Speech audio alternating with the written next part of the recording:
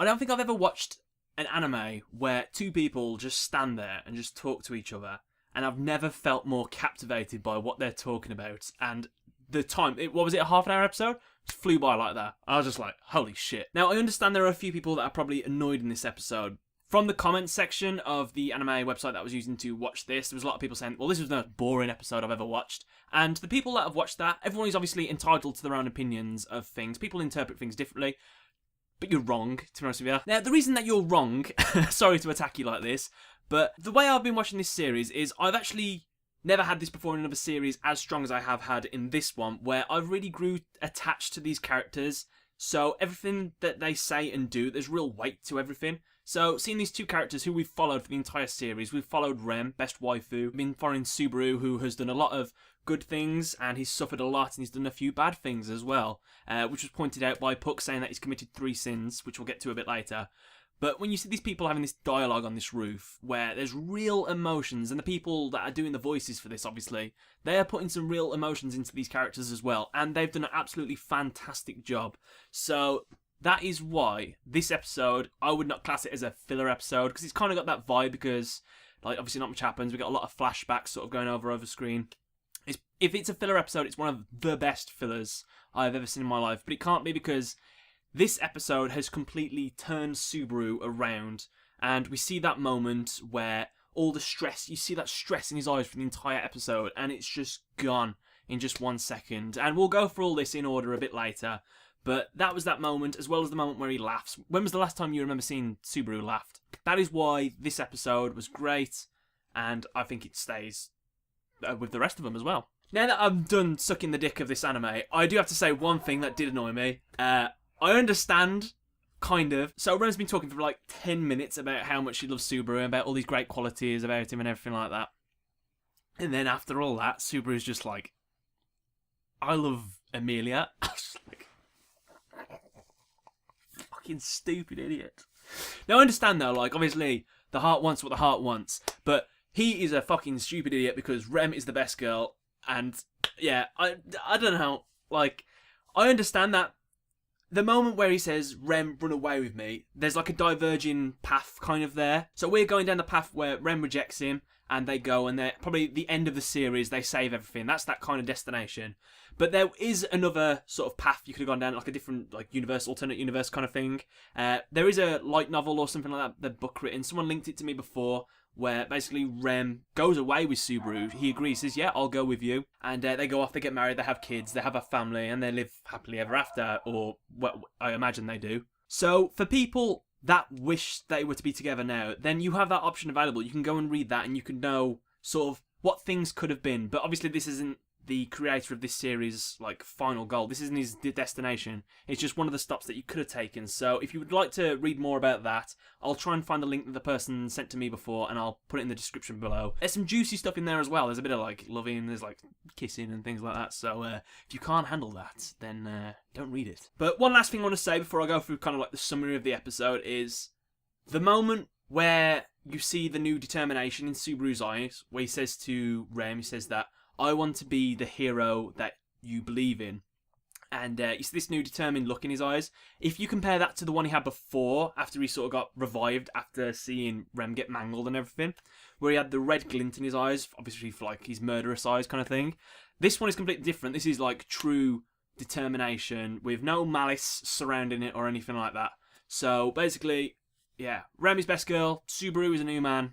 He's starting from zero. Name drop the series. Fantastic. Going to the very start of the episode when Subaru is getting frozen by Puck. It's awesome to see Puck in his final form. And I like the way they handle like kind of like his imagery, where they keep his face shadowed, but you see little parts of him where like the light gets it. But they've created a real mystery with that, like how like ominous and scary it is. And we get to see how powerful he actually is. And we get confirmed that he's like made a contract with Emilia, that if Emilia dies, then he's just going to just wreck the world, because Emilia's is everything. And he tells Subaru that he's committed the 3 sins, which I think is interesting, because I still have a theory that Puck does know that Subaru can come back to life kind of thing. Him and Beatrice, I think, are the people that know about this. I'm not 100% sure, but that's my theory anyway. Then we get to the whole Rem and Subaru kind of talk. Rem at one point says that She doesn't mind Subaru being forceful when he's like pulling out. I was like, oh, winky face. Everything that Rem says, I thought was gold. When she's telling the story about all the things that Subaru's done for her, and that Subaru, even though he sees himself as this piece of shit, he doesn't see himself the way others do. So obviously this is why Rem looks up to him so much and really cares for him. And like, I still don't understand. Like, I guess he likes Amelia for these and these reasons, but Rem has shown all the characteristics of just like the best person ever. She's unselfish. She doesn't ask questions when Subaru isn't making sense, because obviously he says that he's seen all these horrible, stressful things, and yet Rem still cares about him and doesn't really like falter with the things he says. She doesn't like question him, because she's just got this undying love for him.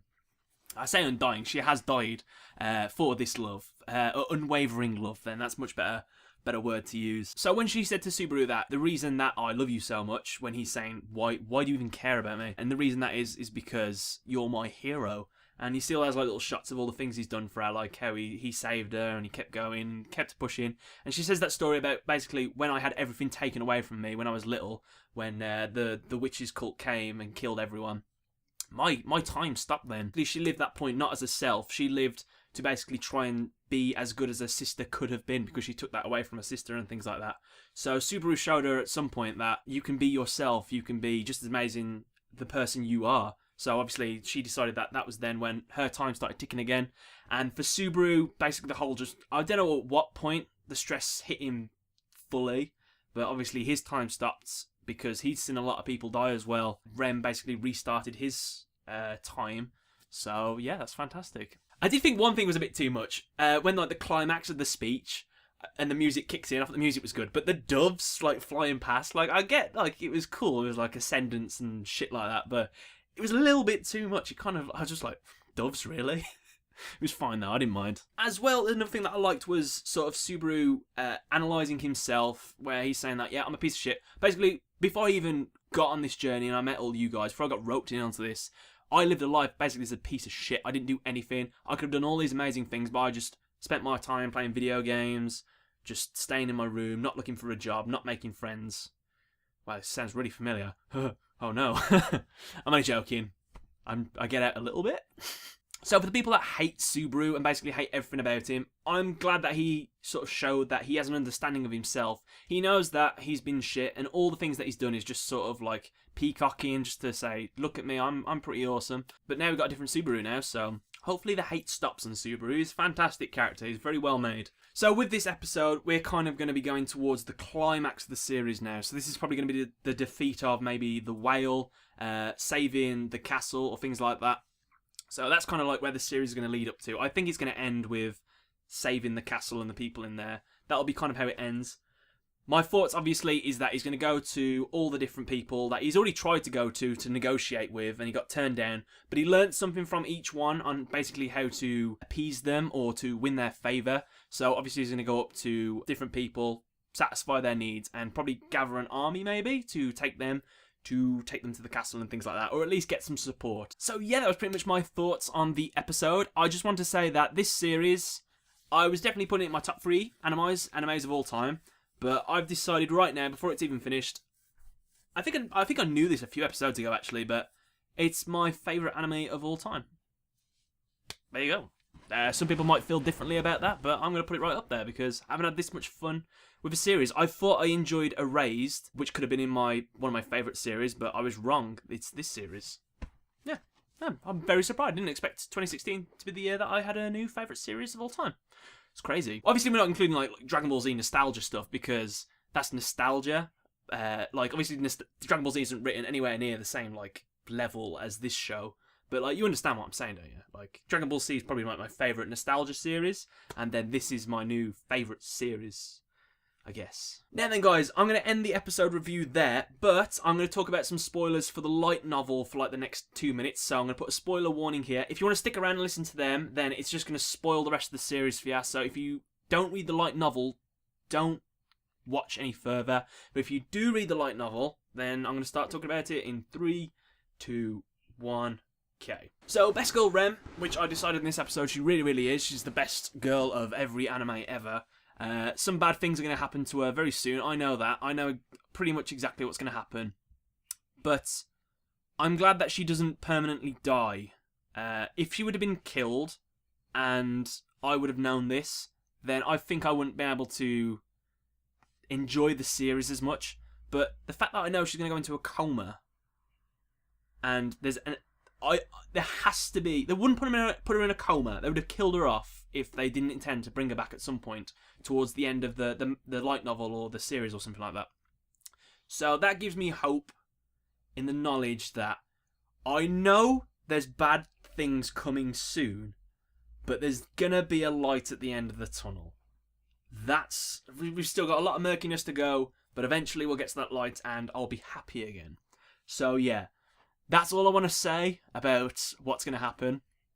Please don't leave any spoilers in the comment section below. If you do, leave a massive gap, put spoiler and things like that. But yeah, spoiler over. I want to say thanks a lot for watching, guys. Don't forget to leave a like, favourite and subscribe. Tell me your thoughts on the series. Who's your favourite character? Would you have picked Amelia over Rem? I don't think so. Just let me know below. Thanks for watching. Right then, guys, so recently I subscribed to Loot Crate. Specifically, I subscribed to Loot Anime. They specialise in sending Loot Anime related stuff, and I thought that I'd do an unboxing for you guys and show you the kind of stuff I got. Unfortunately, I'm in the future, so I've already opened it all, so I know what I get. This is what the box looks like after you've turned it inside out. It's kind of like a treasure chest, which we're going to see a treasure chest worth of stuff inside. Also, I'm wearing, spoiler, a t-shirt. You'll see more of that later. So I hope you enjoyed the video. Here we go. Right then, here we go. Welcome to the unboxing. First things first, let's get through this protective layer, which